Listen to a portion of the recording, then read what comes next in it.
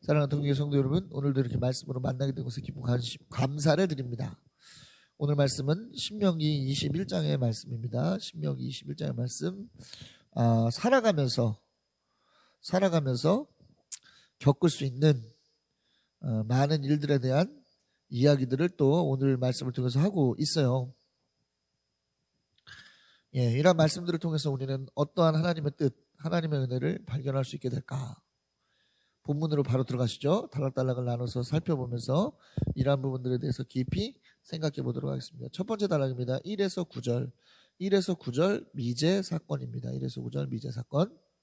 자, 본 단락을 보면 범인을 알 수 없는 주검이 발견되었을 때 어떻게 해야 되느냐를 이야기하고 있습니다. 간단하죠? 거리를 재서 그 주검으로부터 거리를 재서 가장 가까운 성읍에 있는 장로들이 나오고 또 그곳에 살아가는 레위인과 제사장이 나오죠. 그래서 어떡합니까?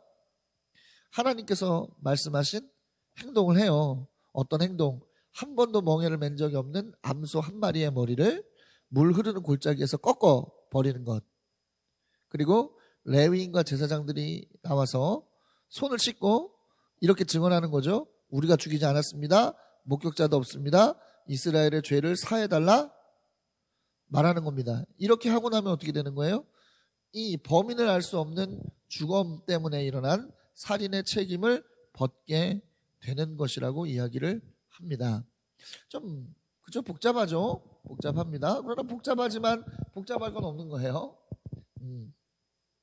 여러분, 우리는 두 가지 포인트를 여기서 발견할 수가 있습니다. 첫 번째는 하나님께서 죄를 책임지셨다는 거예요. 여러분 생각해 보십시오. 당시에는 CCTV도 없고 과학수사의 기법도 없고 그저 심증만 있는 겁니다. 따라서 이것이 잘못 처리될 경우 억울한 죽음이 발생할 수 있죠. 그리고 불필요한 분쟁들이 일어날 수 있는 거예요. 너희들 책임이다. 네 책임이야. 너 아니야? 너 어제 보니까 늦게 들어왔던데 네가 죽인 거 아니야? 이런 논쟁들로 인해서 불필요한 다툼과 더 큰 사건이 일어날 수 있게 되는 것이죠. 이러한 부분을 어떻게 하는 거예요? 하나님께서 하나님이 정하신 절차에 따라 하나님의 책임으로 돌리시는 것을 볼 수가 있습니다. 하나님께서 이 죄를 책임져 주시고 이 죄를 사해 주시는 거죠. 여러분, 죄라고 하는 것이 바로 그런 거예요. 우리는 살면서 부지중이나 또 우리의 의식으로나 죄를 지으며 살아갑니다. 이 모든 죄를 사해 주시는, 책임져 주시는 분은 누구죠? 하나님이시라는 거죠. 인간이 뭔가를 잘해서, 인간이 뭔가를 제대로 해서 이 죄가 사해지는 것이 아니라 하나님께서 어떻게 하는 거예요? 모든 죄를 대신 지심으로써 어떻게 하셨습니까? 책임지셨잖아요. 그 가장 분명한 사건이 뭐예요? 예수 그리스도의 십자가 사건 아니겠습니까? 예수께서 죄가 죄인지도 모르는 이 땅에 오셔서 십자가를 대신 지시고 그 피로 우리의 죄를 사해 주신 것. 그렇죠? 하나님께서 우리의 죄를 책임지시는 그 모습을 명확하게 드러내는 사건 아니겠습니까? 인간은 죄에 대해서 늘 뭐예요? 책임 전가하기 바쁩니다. 합리화하기 바쁘고요. 책임을 전가하고 너 때문에 그래, 이것 때문에 그래, 저것 때문에 그래, 나는 어쩔 수 없었어. 이런 어떤 책임 전가와 합리화 속에서는요, 죄가 해결될 수 없습니다. 오히려 죄가 쌓일 뿐이에요. 그럴 땐 어떻게 합니까? 우리의 죄를 책임져 주시는 하나님께로 나아가는 그러한 모습을 보여야 하겠죠. 그럴 때 하나님의 죄를 책임져 주시는 하나님의 은혜가 우리 가운데 강력하게 임하게 될 것입니다. 자, 두 번째는 뭐냐면 그렇다고 해서 인간이 해야 될 일들이 없다는 것은 아닙니다. 하나님께서 정하신 절차에 따라 행동해야 돼요. 그죠? 어떻게 했죠? 하나님께서 정하신 대로 장로들이 나와서 머리를 꺾었고 손 씻고 증언했지 않습니까? 머리를 꺾었다는 것은 행동에 대한 능동적인 책임을 진다는 것을 의미해요. 네. 우리 중에 살인자가 있다면 우리는 단호하게 행동할 것이다. 그죠? 또 우리는 정말 하나님 앞에서 죄를 지은 사람이 없다라고 하는 부분들을 나타내는 거 아니겠습니까? 이런 것들을 통해서 아까도 말씀드렸듯이 하나님께서 책임지시는 은혜에 동참하는 거예요. 마찬가지입니다. 우리가 하나님 앞에서 죄를 해결하려면 뭐 해야 됩니까? 너희는 부르짖어라. 그렇죠? 하나님 앞에 나와서 우리의 죄를 고백할 때 그는 미쁘시고 의로우사 우리의 모든 죄를 깨끗하게 해주신다. 그 말씀을 붙잡고 나아가서 고백하는 겁니다. 고백하는 거예요. 네, 고백하는 겁니다. 그것이 우리 인간이 죄에 대해서 할 수 있는 하나님께서 정하신 그러한 책임의 방법인 거예요. 그럴 때 우리는 하나님께서 우리에게 주시는 죄사함의 은혜에 동참하게 되는 것이고 죄사함의 은혜를 힘있게 되는 것입니다. 바라기는 우리 안에 쌓여있는 여러 가지 굳은 것들, 나쁜 것들 책임져 주신 하나님 앞에 나아가서 온전히 해결을 받는 여러분 되시기 바랍니다. 자, 두 번째 단락입니다. 10에서 14절 포로 아내입니다. 포로 아내. 자, 본 단락을 보니까 포로로 사로잡은 자들 중에서 마음에 드는 여인이 있으면 아내로 삼으라고 말합니다. 그러니까 예전에는 이 인간도 전쟁의 전리품 중 하나였기 때문에 자, 그런데 사람을 이렇게 잡아오면 그 사람은 노예가 되는 것인데요. 근데 어떻게 되고 있는 거예요, 지금? 아리따운 여인이 있어서 마음에 드는 여인이 있어서 남자가 노예가 아니라 뭐예요? 아내로 삼으려고 하는 그런 부분들을 이야기하는 것이죠. 자, 그럴 때 뭐라고 말씀합니까? 손톱 깎고 머리 밀고 포로 옷을 벗고 한 달간 부모를 위해서 애국하는 기간을 가지라고 말하죠. 그녀가 자신이 살던 곳의 문화를 버리고 이스라엘의 문화, 하나님 나라의 백성다운 어떤 전환의 기간을 갖고 난 뒤에 아내를 취하라고 말씀하고 있는 것이죠. 여러분, 그런 부분들이 있습니다. 우리도 예수 그리스도를 믿으면 이런 과정이 필요해요. 과거의 구습들 버리고 하나님 앞에 온전해지는 과정을 겪어야 합니다. 그래야 우리는 온전한 주님과의 연합을 할 수 있어요. 성화란 우리가 세상에서의 어떤 찌든 모든 것들을 벗어버리고 하나님의 성도다운 모습으로 변화되어져 가는 과정을 말하는 것입니다. 온전하게 우리가 죄된 세상을 살아갈 때, 죄인으로서 살아갈 때 가지고 있었던 구습들, 죄된 속성들 벗어버릴 수 있어야 온전히 하나님과 그리스도, 신랑 되시는 그리스도와 연합할 수 있는 길이 열린다는 것을 여러분 기억하십시오. 자, 아무튼 이런 과정을 통해서 아내를 삼았어요. 근데 인간이라는 것은 욕심이 끝이 없어. 처음에 아내를 삼을 때는 너무 이쁘고 그래서 아내로 삼았지만 살다 보니까 말도 안 통하고 살다 보니까 내 마음에 안 들어. 그래서 내보내고 싶어. 나쁜 놈이죠. 나쁜 놈입니다. 그럴 때 어떻게 알아? 일반적인 상황이면 그냥 내보내도 돼요. 포로는 노예이기 때문에 그냥 돈 받고 다른 사람한테 팔아도 됩니다. 그러나 하나님께서는 뭐라고 말씀하세요? 노예로 대하지 말아라. 부인으로서 대하라고 말하고 있어요. 부인으로 대하라고 말하고 있는 겁니다. 돈 받고 팔지 마라. 그녀가 마음대로 갈 수 있도록 하라. 노예가 아니라, 더 이상 노예가 아니라 뭐죠? 부인이었던 자유인으로서 대하라고 말하고 있는 것이죠. 왜? 여자를 욕보였기 때문이라는 것입니다. 그렇죠. 욕보인 것이 맞죠. 왜? 마음에 든다고 취할 때는 언제고 마음에 안 든다고 버리는 거는 욕보이는 거 맞지 않습니까?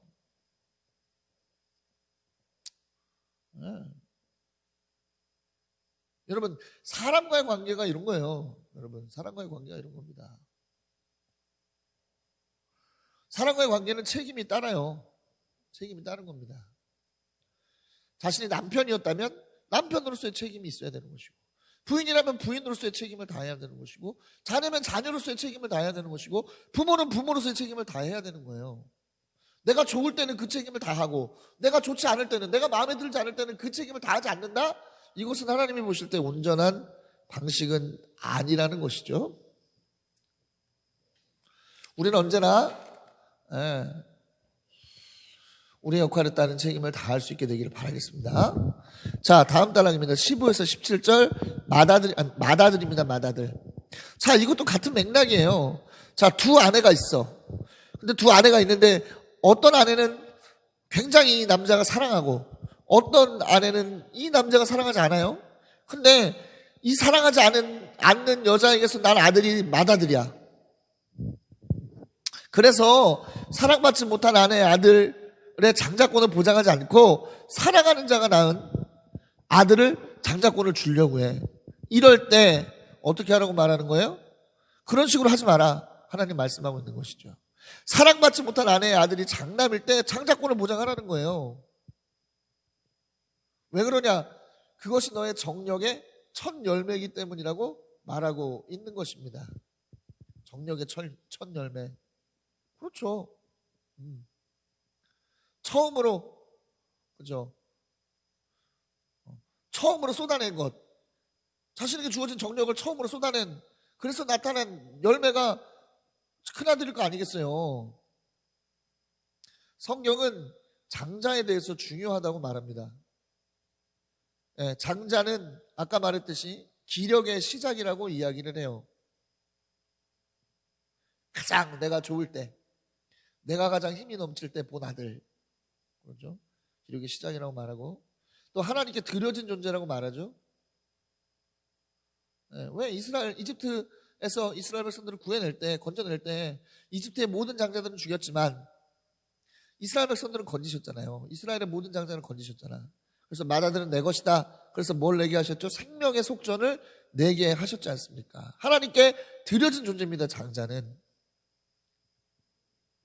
그렇기 때문에 장자에게 특권이 있었는데 2배의 몫이 상속이 되어지는 특권이 있었던 것이죠.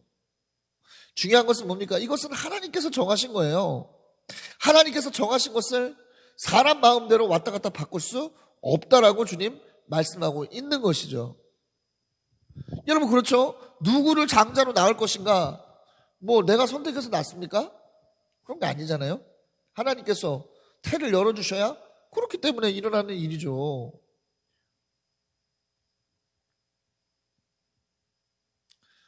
그래서 아무리 마음에 들지 않아도, 내 마음에 들지 않아도 하나님께서 하신 일은 하나님의 하신 일로 인정해야 되는 겁니다. 여러분 가정 안에 일어나는 일들 내 마음에 안 드는 부분들이 있을 수 있어요. 하지만 하나님께서 정하신 것이기 때문에 우리는 하나님을 믿고 따르는 것입니다.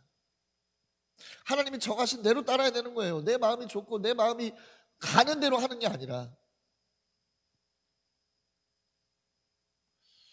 이러한 원리를 분명히 여러분 깨닫게 되시기를 바라요. 다시 한번 말씀드립니다. 우리의 마음대로 살아가는 사람들이 아닙니다. 우리는 우리의 뜻대로 살아가는 사람들이 아니라 하나님께서 정하신 대로, 하나님께서 바라시는 대로 살아가는 사람이라는 것을 다시 한번 기억하십시오. 8에서 21절입니다. 불효자입니다. 불효자. 이것도 마찬가지예요.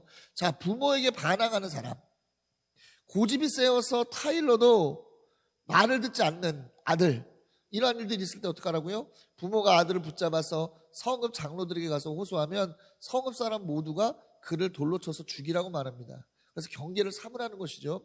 자, 이것은 왜 이렇게 말씀하고 계시냐? 이것은 하나님께서 말씀하신 10계명 중에 5계명을 어긴 것이죠. 5계명이 뭐예요? 내 부모를 공경하라. 공경한다는 것은 뭐냐? 공손히 섬기라는 거예요. 사랑의 마음으로 자녀된 도리를 다하라는 것이죠. 여러분, 부모를 공경하라는 것은 하나님의 명령입니다. 또 부모를 공경하지 않는 것은 죄악된 모습 중에 하나라고 로마서 1장 36절은 우리 가운데 분명히 이야기하고 있어요. 네. 하나님의 명령을 어기는 거지, 부모를 공경하지 않는 것은. 왜 우리가 부모를 공경하지 않게 됩니까? 네. 두 가지죠. 내가 교만하거나, 내가 교만해지거나, 또 뭐요? 부모가 마음에 안 들면 마구마구 반항하는 거예요. 말을 안 듣는 겁니다. 그러나 역시 뭐죠? 부모는 내가 선택하는 게 아니에요. 내 마음대로 선택하는 것이 아니라 하나님께서 정하신 존재죠. 그러니까 바꿀 수 없는 거예요. 그래서 그 부모의 모습을 보았을 때 때로는 실망되는 부분이 있고 때로는 마음에 안 드는 부분이 있을지라도 우리는 어떻게 해야 됩니까? 사랑으로 그 부모를 공손히 섬기고 그 도리를 다하는 사람들이 되어야 된다는 것이죠. 이것은 이러한 부분들과 연결이 됩니다. 보이는 부모를 공경하지 않는데 어떻게 보이지 않는 하나님을 공경할 수 있겠습니까? 부모를 향한 공경의 마음을 다하는 여러분들 되시기를 바라요. 할렐루야. 자, 이런 질문을 하나 던져보겠습니다, 여러분. 만약 이렇게 하라고 해서 자녀가 죽을 줄 알면서도 신고할 부모가 있겠습니까? 야, 말 안 들어? 그러면 네가 끌고 가서 장로들 앞에 얘기해. 그러면 돌로 쳐서 죽여. 이런 법이 있다고 해서 어느 부모가 자녀가 이거 끌고 가면 죽을 줄 아는데 자녀를 끌고 가서 장로들이 고발 사람이 누가 있냐고요. 없죠. 그럼 이건 뭘 위한 말입니까? 자녀들에게 경계가 되기 위한 말씀인 것으로 여겨집니다. 네. 법이 무서워서라도 부모를 공경하라고 말씀하고 있는 거죠. 왜요? 지금도 그렇습니다만은 과거 고대 근동에서는 자녀가 자녀 역할을 다하지 않으면 특히 노년의 부모일수록 살아갈 수 있는 길이 막혀집니다. 그렇기 때문에 더더욱 자녀다움을 강조하고 있는 것이죠. 사랑하는 여러분,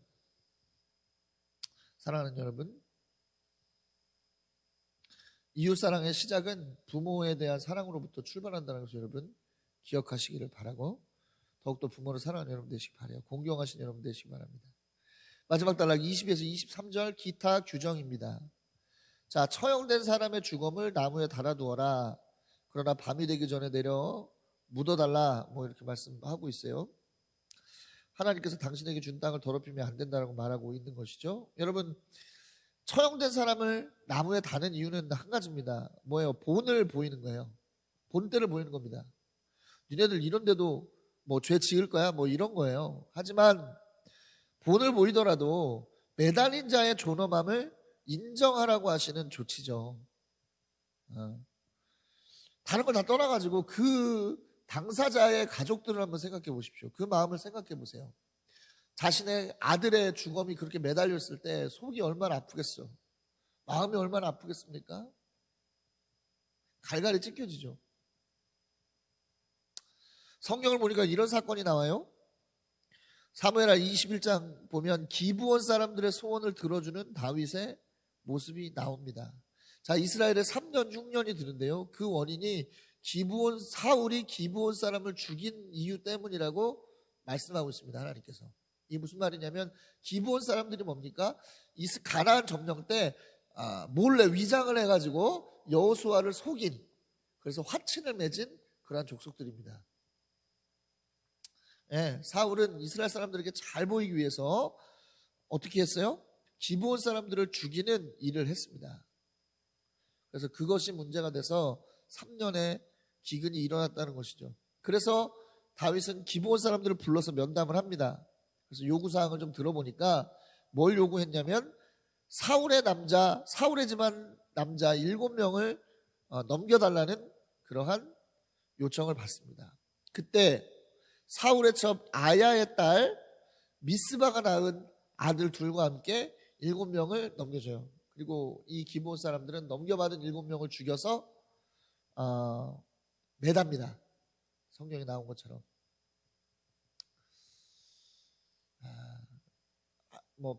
밤사이 하룻밤만 매단 게 아니라 꽤 오랜 시간을 매달아 줍니다. 그것을 본 이 소식을 들은 이제 사울의 첩 아야의 딸 미스바는요, 시신을 그때부터 지키기 시작해요. 새가 날아오면 새를 쫓고 짐승이 오면 짐승을 쫓아내는 일을 합니다. 그리고 시신을 지켜요. 그렇게라도 부모로서의 도리를 다하고 마음을 다하는 모습을 보이는 거죠. 이 안타까운 소식을 들은 다윗은 그 시신을 내려서 공동 무덤을 만들어 줌으로써 이 문제를 해결합니다. 너무 가족들에게 고통이지 않습니까? 죄진 사람은 죄진 사람이지만 그것을 바라보는 가족들의 마음도 헤아리시는 하나님의 모습을 볼 수가 있어요. 그래서 하나님의 사랑은 디테일하다는 거예요. 하나님께서는 그저 그냥 우리에게 해라 하지 말아만 하시는 분이 아니라 그 하라는 것 속에는 하나님의 사랑이 또 담겨져 있고 하지 말라는 것 속에서도 우리가 헤아릴 수 없는 하나님의 사랑이 담겨 있는 것을 볼 수가 있습니다. 그렇기 때문에 우리는 하나님의 말씀이라면 온전히 이루는 사람들이 되어야 하는 것이죠. 바라기는 이러한 하나님의 마음을 온전히 깨닫게 되시는 여러분들 되시기를 그리스도 이름으로 강력히 축원합니다.